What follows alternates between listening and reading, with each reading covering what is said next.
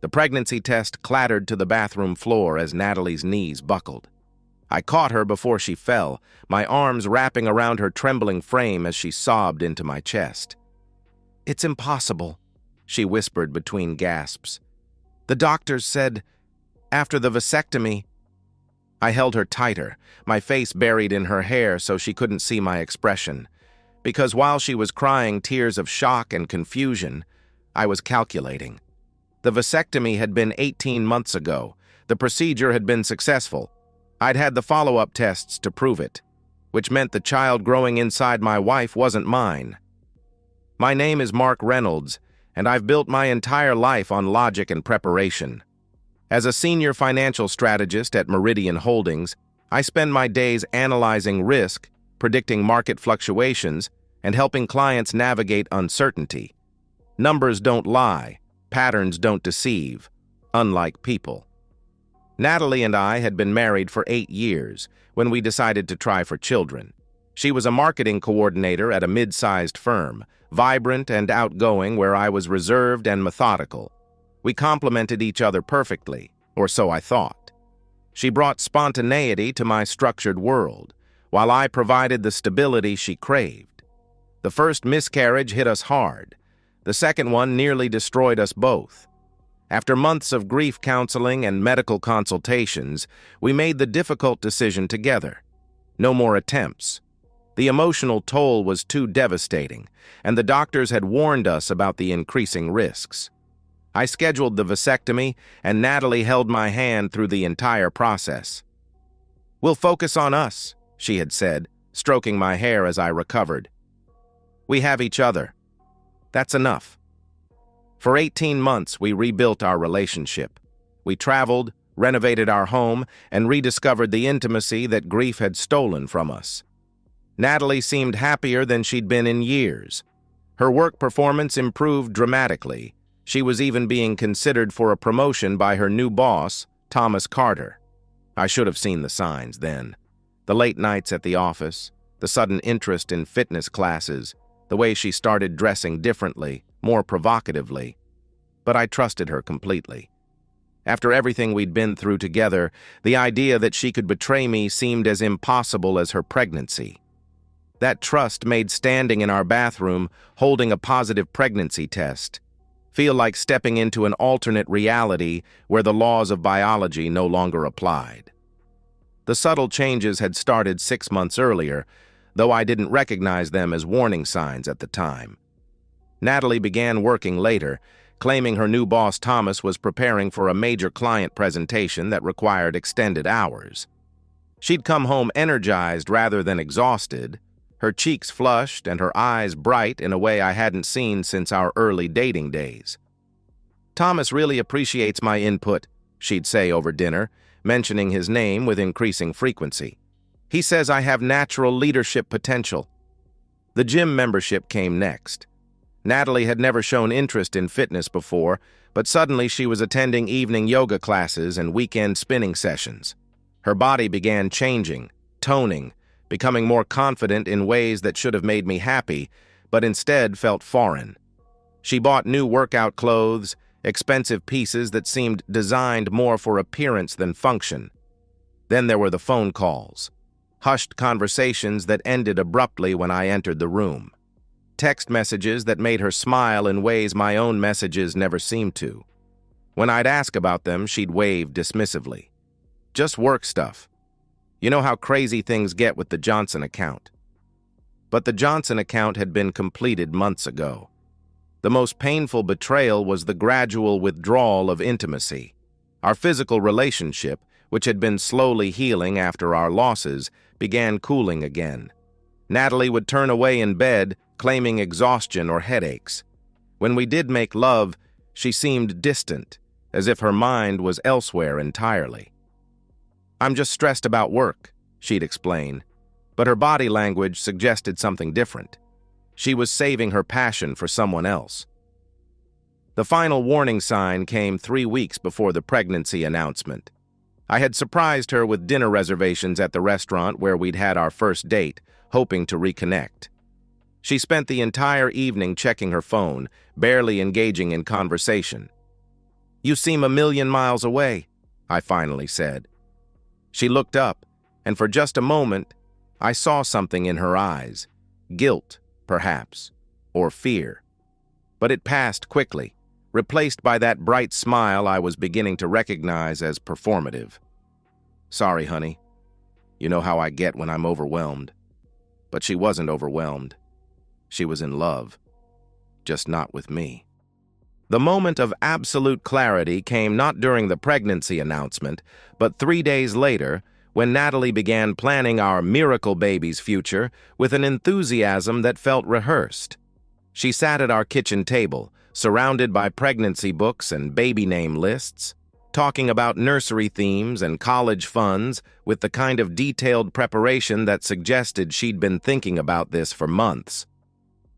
"I know we said we were done trying," she said, not meeting my eyes, "but maybe this is the universe telling us we were meant to be parents."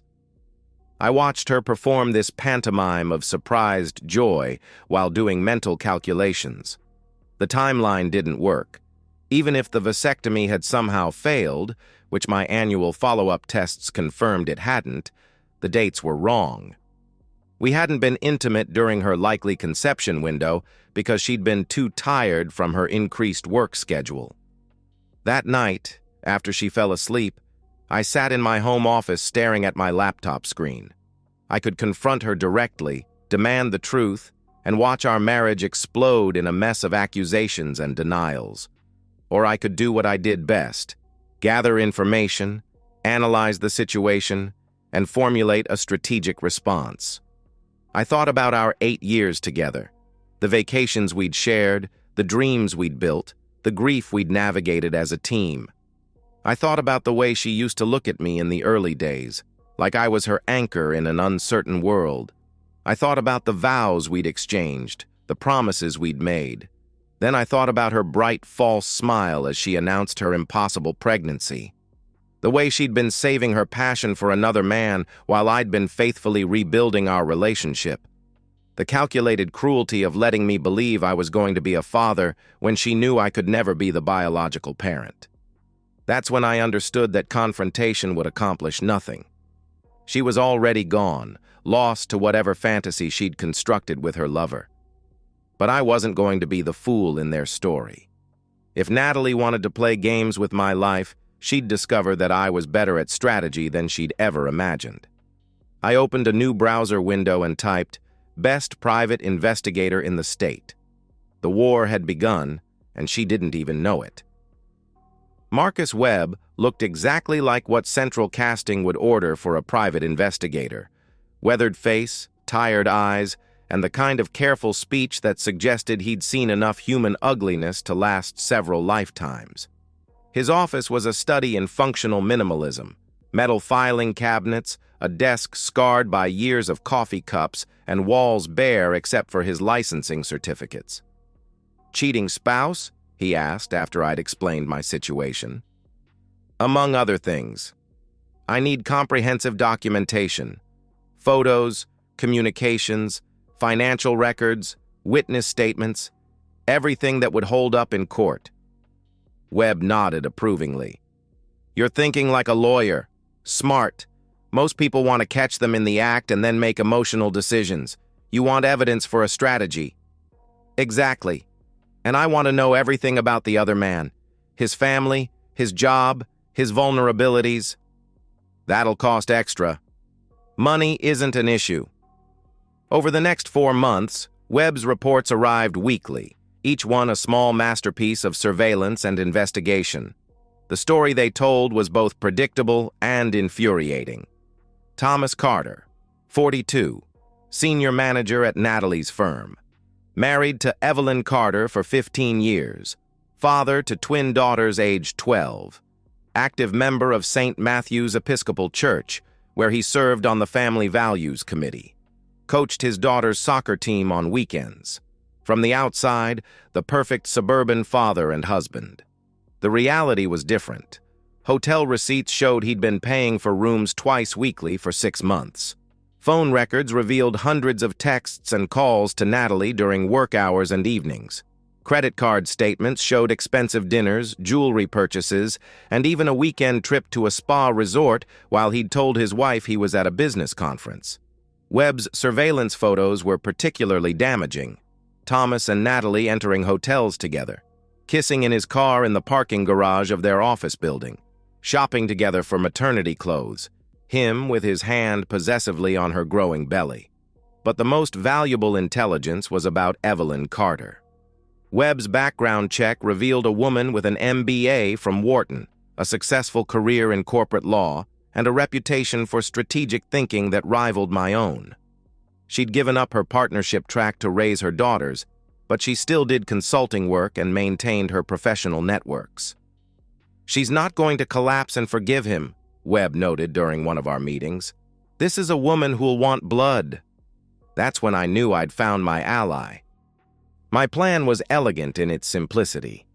Rather than simply exposing the affair, I would orchestrate a coordinated destruction that would eliminate both the cheating spouses and leave their victims, Evelyn and myself, in control of the aftermath.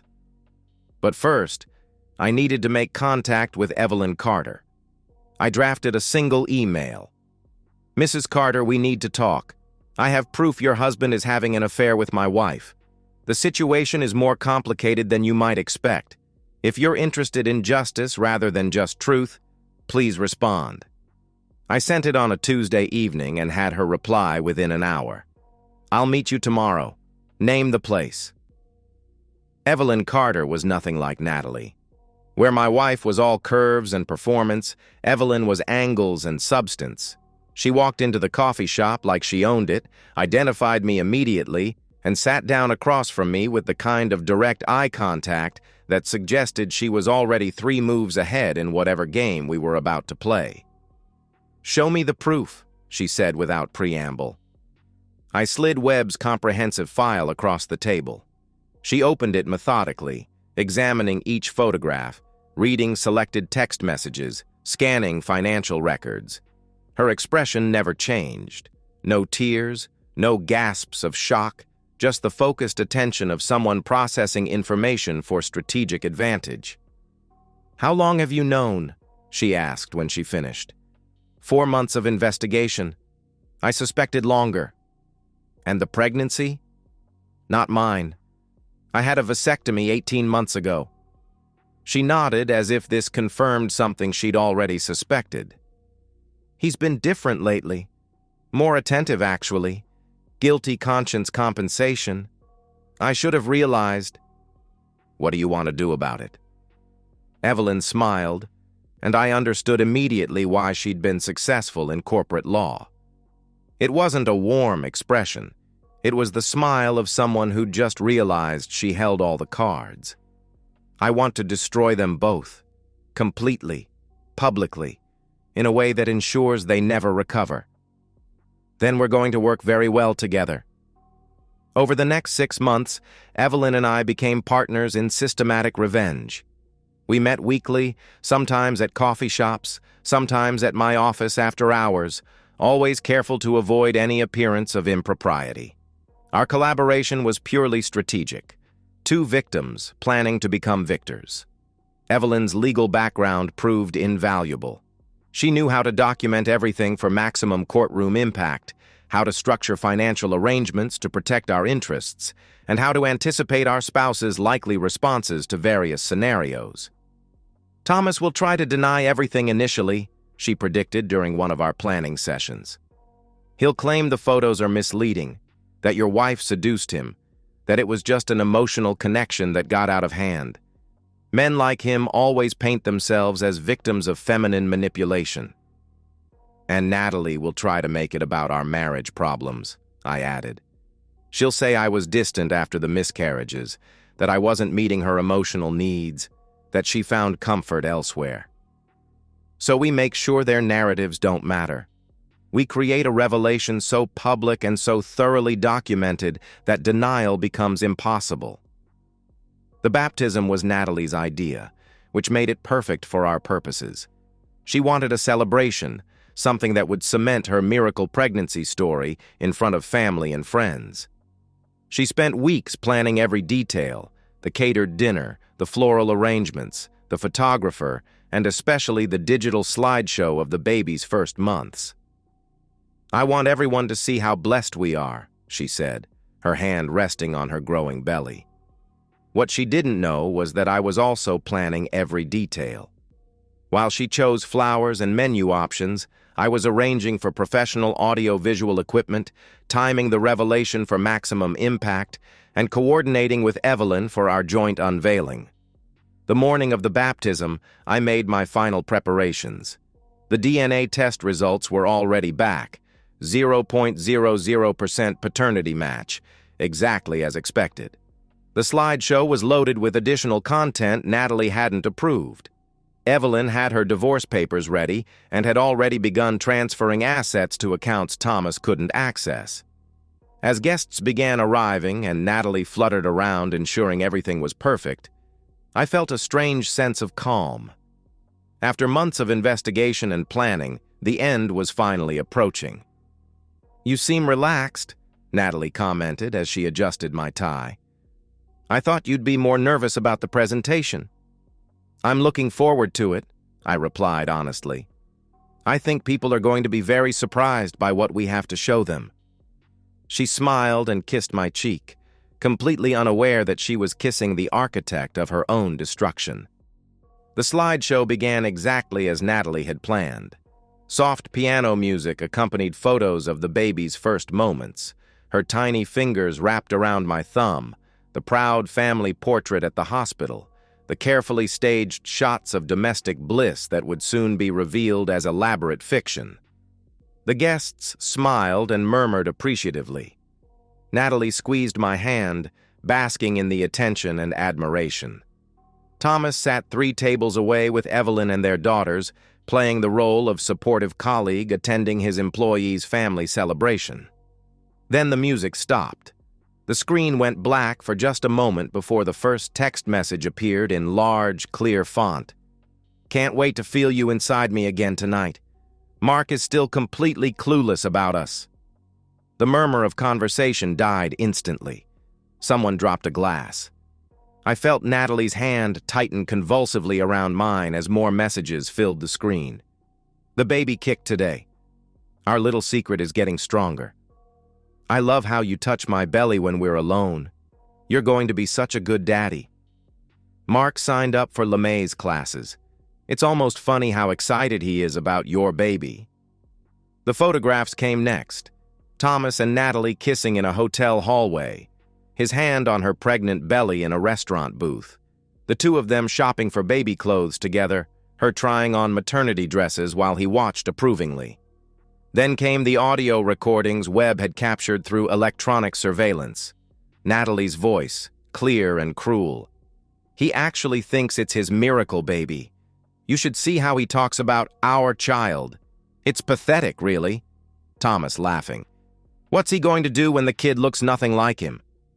By then it won't matter. I'll have established paternity, and he'll be legally responsible regardless. The perfect plan." The crowd was frozen in horrified fascination. Some guests were staring at the screen, others looking between Natalie and Thomas, trying to process what they were witnessing. The baby began crying, as if sensing the tension in the room. The final slide was the DNA test results, displayed in clinical black and white. Paternity test results. Alleged father, Mark Reynolds. Child, baby Carter. Reynolds. Probability of paternity, 0.00%. That's when Evelyn stood up. She'd been waiting for this moment, and her timing was perfect. She walked across the room with deliberate calm, stopping at Thomas's table where she dropped a thick folder in front of him. "Divorce papers," she announced clearly enough for everyone to hear. "I'm taking the house, the cars, your retirement account, and full custody of our daughters. The girls won't be seeing you again until you can prove you're not a danger to their moral development." Thomas tried to stand, his face flushing red, but Evelyn wasn't finished. "I've also informed your employer about your violation of the company's fraternization policy and your abuse of managerial authority. Your termination should be effective by Monday." Only then did I speak, my voice carrying clearly in the silent room. "Natalie, you didn't just have an affair. You orchestrated an elaborate fraud designed to make me financially and emotionally responsible for another man's child. You manipulated my love for you and my desire to be a father into a weapon against me." She was crying now, mascara streaming down her cheeks, but I felt no pity.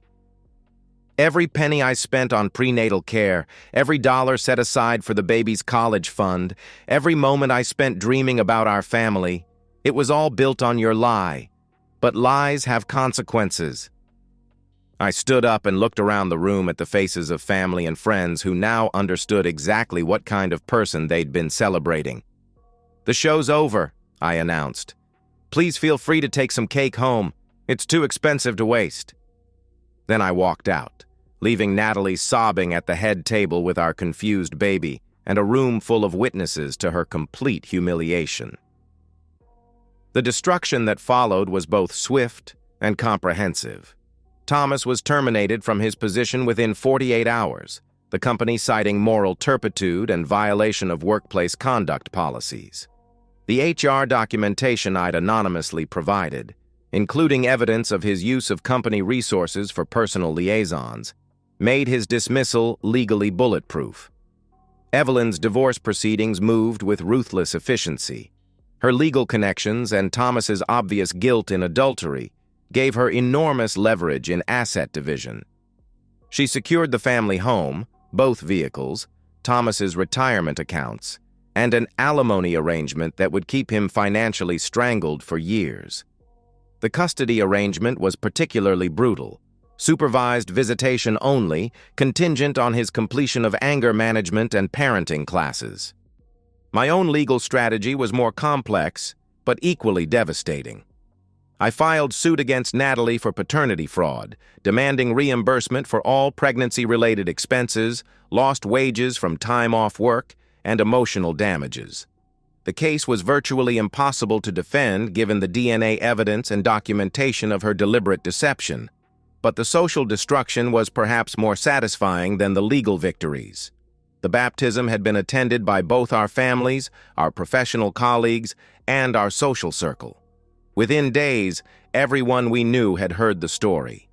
Natalie became a pariah at her own workplace, the woman who'd tried to trick her husband into raising her boss's baby. The video from the baptism, captured by the professional photographer Natalie had insisted on hiring, somehow found its way onto social media. Within a week, it had gone viral with hashtags like #vasectomy miracle and #baptism from hell. Natalie's face became synonymous with elaborate betrayal, spawning memes and comment threads that dissected every aspect of her deception. Her parents, traditional Catholics who had always prided themselves on family values, publicly disowned her. Her father released a statement to the local newspaper expressing his profound shame and disappointment in his daughter's actions. Her mother changed her phone number and moved to another state rather than face the social stigma of association. Thomas and Natalie, thrown together by the wreckage of their respective marriages, attempted to build a life from the ashes of their destruction. They moved into a cramped apartment in a different part of town, both unemployed and unemployable within their former professional circles. The relationship that had seemed so passionate in secret proved unable to withstand the pressure of reality. Without the excitement of forbidden romance, and with the added stress of financial hardship and social isolation, they began turning on each other. Police were called to their apartment multiple times for domestic disturbances. Child Protective Services opened an investigation after neighbors reported the baby crying for hours without attention. Thomas eventually abandoned both Natalie and the child, claiming she had ruined his life and destroyed his relationship with his daughters. He moved across the country, leaving no forwarding address and no support for the woman he'd claimed to love. Natalie was left completely alone, no husband, no lover, no family support, no professional prospects, and no financial resources. She eventually found work at a discount beauty supply store in a strip mall, earning minimum wage while trying to care for a child whose very existence reminded everyone of her elaborate betrayal. I moved to Seattle 6 months after the baptism, accepting a position with a prestigious investment firm that had been courting me for years. The change of scenery felt appropriate, a clean start in a city where no one knew my history or my humiliation. My new life was simpler, more honest. I focused on work, traveled when I wanted to, and rediscovered interests I'd abandoned during my marriage. I took up sailing, joined a hiking club, and even began playing chess competitively again. For the first time in years, I felt like myself rather than half of a dysfunctional couple. I never remarried, though not from bitterness or fear. I simply discovered that I preferred my own company to the exhausting work of building trust with someone new. The betrayal hadn't broken me. It had clarified me, showing me exactly what I would and wouldn't tolerate in my life. Occasionally, I would check social media to see how my former life was progressing. Natalie's posts had dwindled to almost nothing, and when she did share updates, they painted a picture of ongoing struggle. Photos of the child, who looked remarkably like Thomas, were accompanied by increasingly desperate pleas for sympathy and support. "Being a single mom is so hard, but we're blessed to have each other," she would write, seemingly oblivious to the fact that her situation was entirely self-created. The anniversary of the baptism came and went without acknowledgement. I was deep-sea fishing off the Washington coast that day, my phone turned off, my mind focused on the peaceful rhythm of waves against the boat hull. That evening, as I cleaned my catch and prepared dinner in my waterfront apartment, I realized I hadn't thought about Natalie or Thomas in weeks. They had become what they deserved to be, irrelevant to my happiness, powerless to affect my peace. I raised a glass of wine to the sunset, reflecting off Puget Sound, and smiled. The war was over, and I had won more completely than I'd ever imagined possible. Not just victory over my enemies, but victory over the man I used to be, the trusting fool who had believed in promises that were never meant to be kept. The last sound I remembered from that baptism wasn't Natalie's crying or the gasps of shocked guests. It was the quiet clink of my knife against my wine glass as I'd stood to make my final announcement. The sound of a man taking control of his own story, refusing to be the victim in someone else's narrative. In Seattle, surrounded by mountains and water and possibility, I finally understood what true freedom felt like. And every morning when I woke up in my own bed, in my own space, accountable to no one but myself, I felt nothing but gratitude for the betrayal that had set me free. Natalie had given me a gift, though she'd never intended it that way. She'd shown me exactly who she was, and in doing so, she'd revealed exactly who I could become. The miracle wasn't her impossible pregnancy. It was my transformation from victim to victor, from fool to strategist, from broken husband to free man. And unlike her miracle, mine was completely real. And so, we've reached the end of today's story. Was it what you expected, or did it take a twist you didn't see coming? I'm curious to hear your thoughts. Share them in the comments below, and let's get a conversation going. If this story kept you hooked, make sure to hit that like button. And if you're new here or just haven't subscribed yet, now's the perfect time to join our community. I bring you fresh, captivating stories every day, so click that subscribe button and turn on notifications so you never miss out. Thanks for watching, and I'll see you in the next one.